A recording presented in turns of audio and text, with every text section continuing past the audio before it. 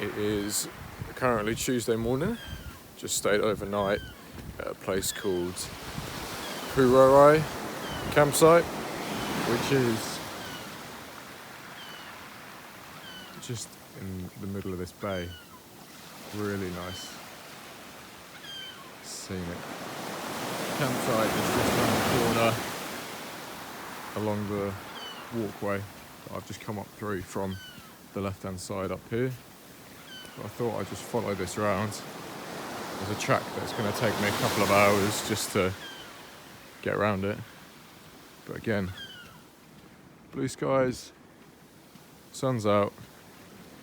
I'm picking my days pretty well.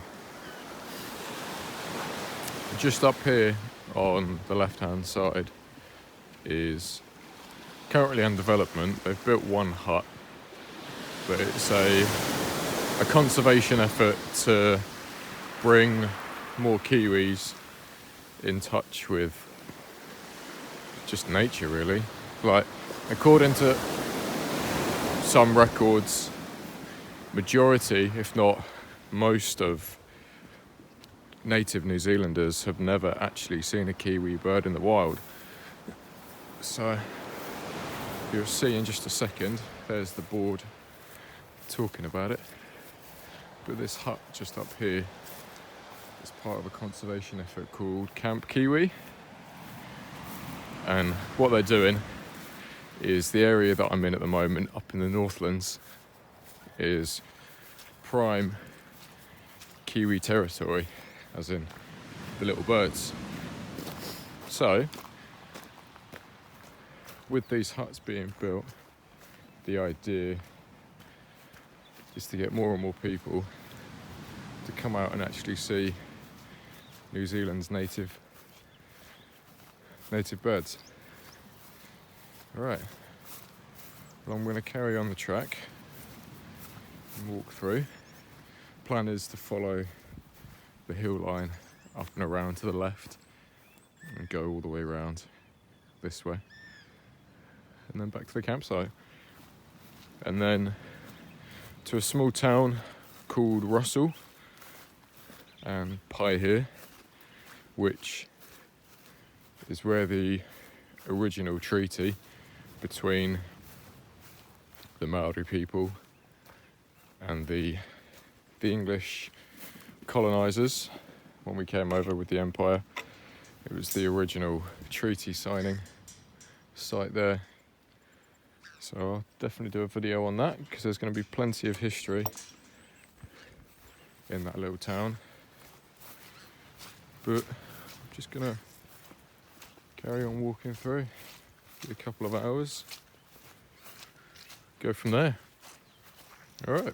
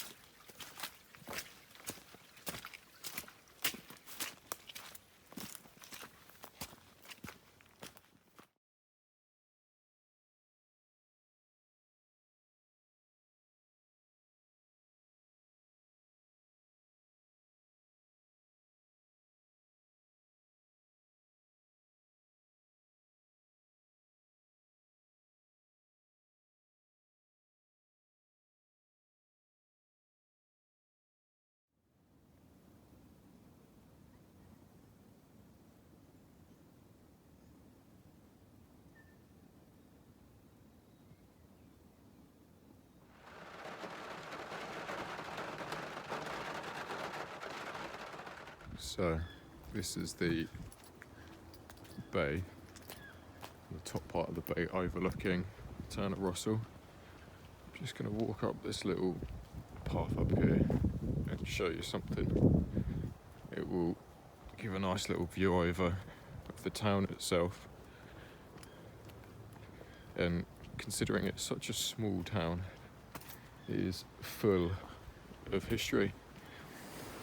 I've got plenty of videos and pictures and stuff from the little museum that was in the town itself. But this was originally going to be the capital of the North Island. Tiny little town, unassuming these days. So this is one of the marker points to remember the original Polynesian settlers that came here way back when the first humans were discovering New Zealand.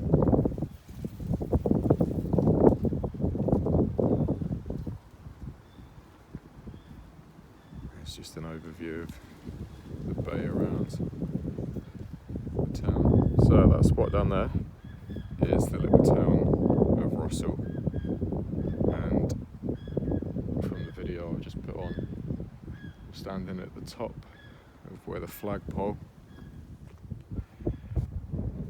originally stood. This one is a slightly newer metal one. The original one that was cut down was made out of the timber that was in the surrounding forests all around here. The flagstaff, or at least one of the original ones, I'll explain why I said one instead of just the, was that in the early 1800s, when settlers, the British settlers, came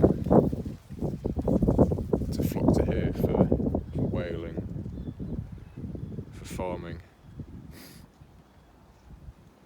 what they'd done is originally they had set up a treaty between the indigenous Maori and the settlers, and stated that the British will look after themselves, the Maori will look after themselves, we'll try and keep it peaceful, and everyone will just get along and enjoy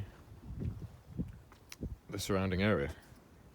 But unfortunately, the British at the time got too greedy, and near the 1840s, the flagstaff that's up there had meant to erect a unified flag between the settlers and the Maori, and the local tribes had all gathered to make a treaty within themselves as well, to say that we will be represented as one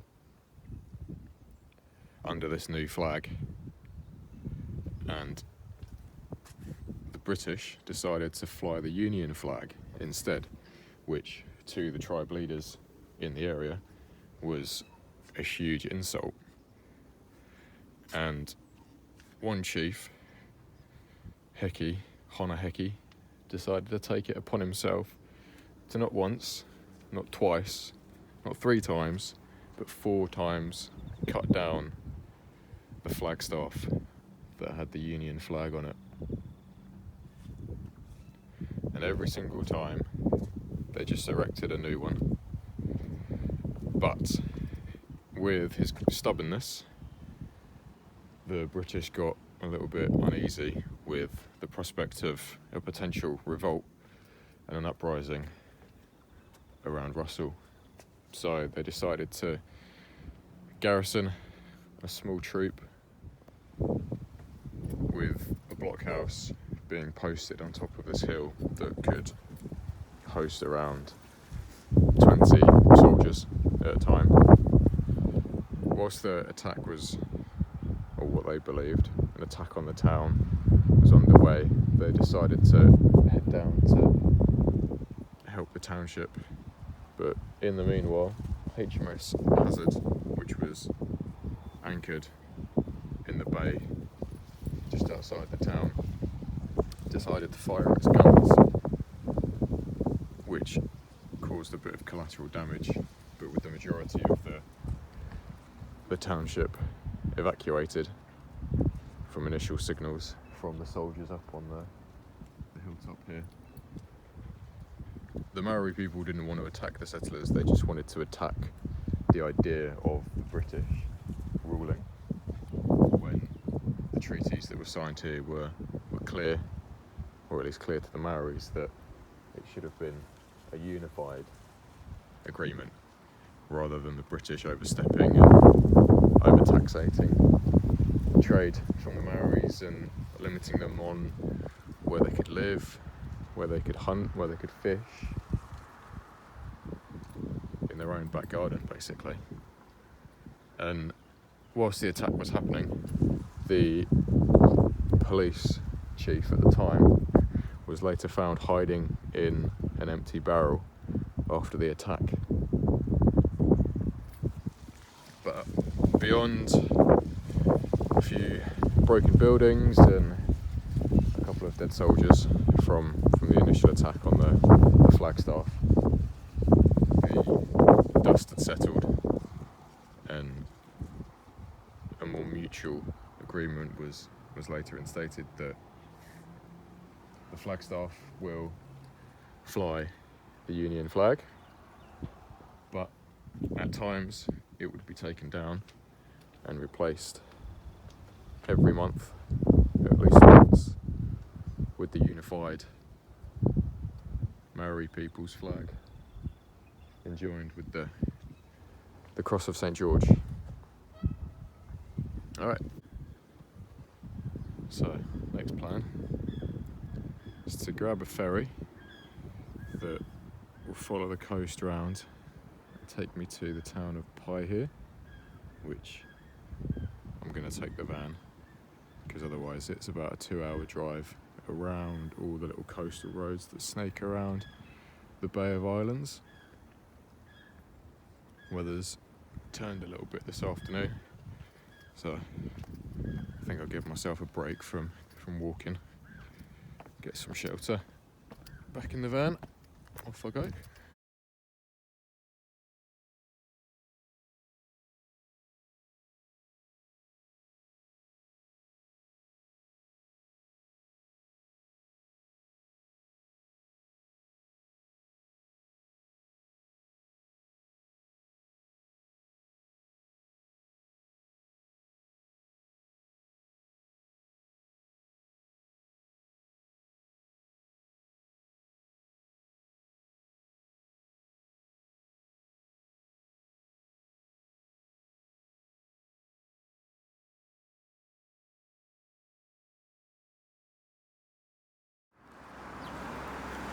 Welcome to Piha.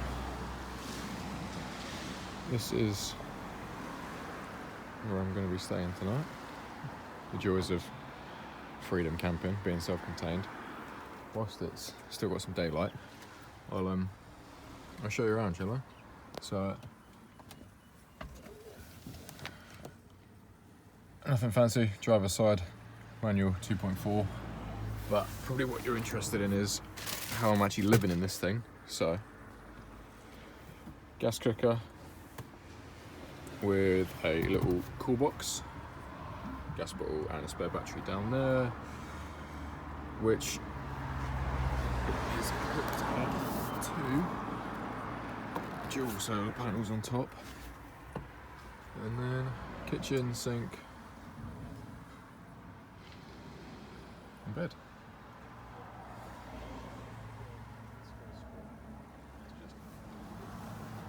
So behind each seat, a couple of storage bins behind. I'll be honest, that is just full of food. That is a towel, hot water bottle, fire extinguisher, just randomly.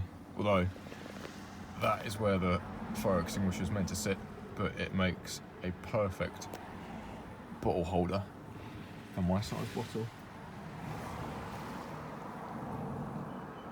Some little birds. They're constant. Every single time I open the door and sit out, they are always scrounging for food.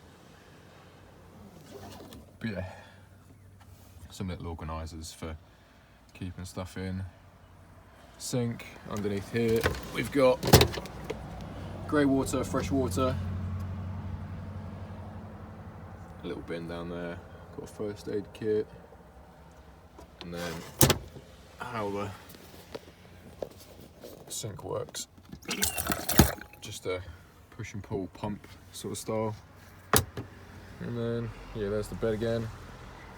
keep my duffel bag. That is literally my whole life in that bag. And then underneath here, let's pull this out of the way, is storage that goes all the way back. So I've got 2 clear plastic bins on wheels that are full of food. Most of it's like pasta and meat and that sort of thing. Or at least the meat's in the fridge. Pretty much it. Nothing too fancy. Curtains and all that. The windows are tinted, so it gives a bit of extra privacy. But there's curtains that go across all the way at the back, and I leave these ones shut all the time because I don't really need it. Apart from when I'm driving, I open the back one up, same as those ones. They're just privacy screens, so no one can see through if I stop anywhere. And then something that the guys that I bought it off previously, don't know if you can see them, got some cute little fairy lights. It's just enough that if I want to be reading a book or something, it's just enough light in there. And they thought they'd stick these glow-in-the-dark stars, which is kind of nice, but I'll be honest, most of the times I've been camping, you're outside and the view of the stars is just absolutely fantastic. I don't think I can get any on video because the camera on the phone's not the best for in the evenings and at night time, but it is stunning. If I can ever get some photos, I'll try tonight, but most of the places I've been staying at have just been so remote that there's no light pollution whatsoever, so you can see the whole star system in the sky, which I think's really cool. And being back home, you'd see a few stars in the sky, but nothing like this. It's just so clear. You can see every single little star going. That's pretty much it. Give you a little view from the outside.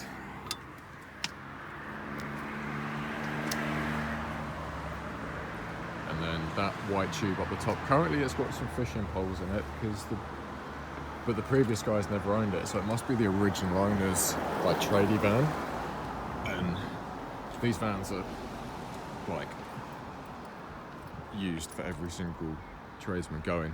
So at some point that must have had like piping in or whatever. But currently it's got some fishing rods in there, which I am yet to use because I don't know how to fish.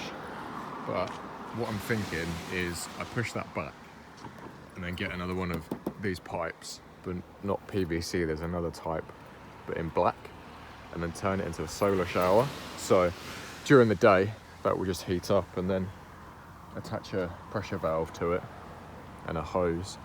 And then from there, I'll have 10-15 litres worth of fairly warm water to use as a shower.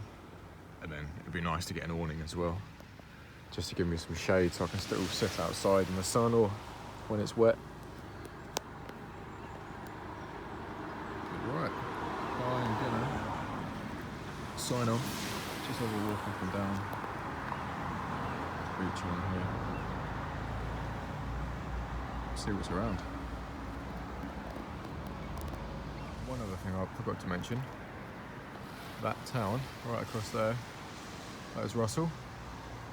The highest point, I don't know if you can see, but just above my finger, just on those hills, that is where the Flagstaff was, or is, the new one is now. So we've got the ferry. I have to drive a little bit further over because the ferry that goes from Russell to here is just for passengers, but the one that I got was a car ferry, so I had to drive 5 or so minutes over, and there's the passenger ferry just heading back, and it leads from that wharf over to Russell.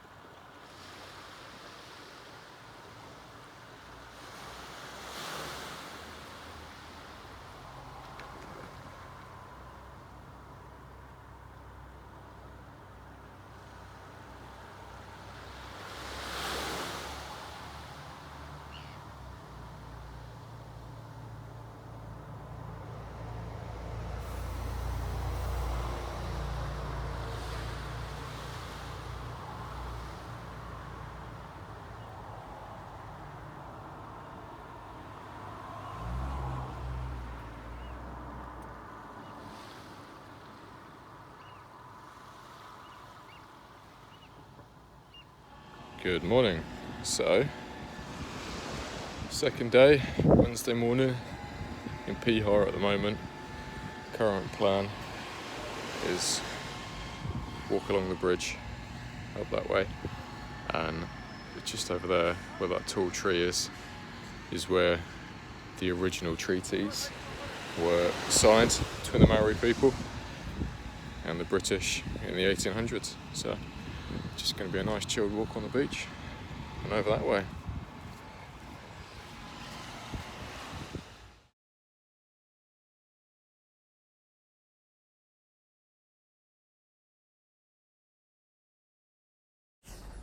Right, the footage in the background is of a house from the original William Hobson, which was the foremost British official in the 1840s.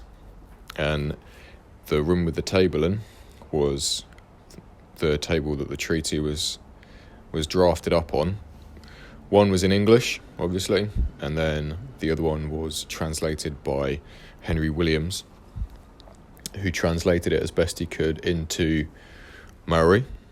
And only a few years before, Maori was only a spoken language. It wasn't written down at all. So a lot of the words were not directly translatable. There were some hiccups on what the Maori people thought they were signing and what they were actually signing, or at least what the British had drafted up in their English copy to what the Maori were doing. The initial treaty was that the Maori people were going to be protected under British law, but on the pretense that they sign over their land that they owned to the British to be taxed, to be restricted on any further expansion by the Maori without British intervention. So in essence, the Maori chiefs, some of them could see straight through the British, and some of them were very hesitant to sign this, and it took over 2 days of back and forth between the British and the Maori translators to finally agree on the settlements that the Maori would be protected by the British Crown, have on paper all the same rights as a British citizen, and then they would also be taxed as well as governed by the British in the area. Some of them weren't too pleased, some of them did protest, some of them just stormed out and was not happy with the agreement, but the majority signed this treaty, and over 40 Rangatira, which are tribe leaders, and over 240 chiefs signed the treaty on the 6th of February 1840. And by the end of the year, it had travelled all the way around New Zealand and getting signed by additional chiefs. Got a couple of clips here of some of the war huts and the canoes that they used, and the bigger one in the video must have been 50 metres long. Huge thing, and could fit easily 100 or so people in there. And these were the canoes that were used by the Maori to go around the different islands in this bay for exploration, for conflict when they were fighting with other tribes, and what they would do for open water, so like sea navigation, is they would tie two of these huge canoes together to make a double one with a platform in the middle for shelter and storage for food and such. And the tree stump that's in the photo here is 10 foot wide at least, I would say. It's enormous, and these trees would have been cut down to use, cut in half, and then they would have sculpted out the bases for the canoes in order to get them that big. And these trees were enormous. Some of them are still around in New Zealand's forests, but these are the ones that are unfortunately getting killed off by this fungus. But originally, when the one at least in the photo would have been still standing, it would have been 100 metres plus tall with just how wide it is. And they can't exactly count the rings on it, but they would have estimated that this tree would have been at least 800 years old, which is just crazy to think about.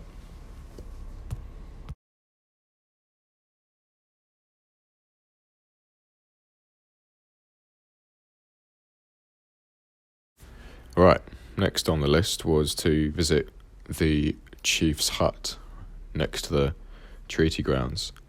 And this was a performance act put on by some of the local Maori there. And what they would do is they would give you a traditional Maori welcome of the tribe leader. He would come out with a peace offering, and also whilst he's giving you the peace offering, he's basically sizing you up to make sure that you're not going to bring any ill intentions or any conflict or any harm to his people. And if you accept, you're invited in, and from inside there it's considered sacred, so I couldn't get any videos of it, but they sat us down in the hut and showed us different dances, different songs, different fighting styles with the different weapons that the Maori used to use, and just taught us a little bit more about what their day-to-day lives would be, really. Alright, I'll leave that playing on the background.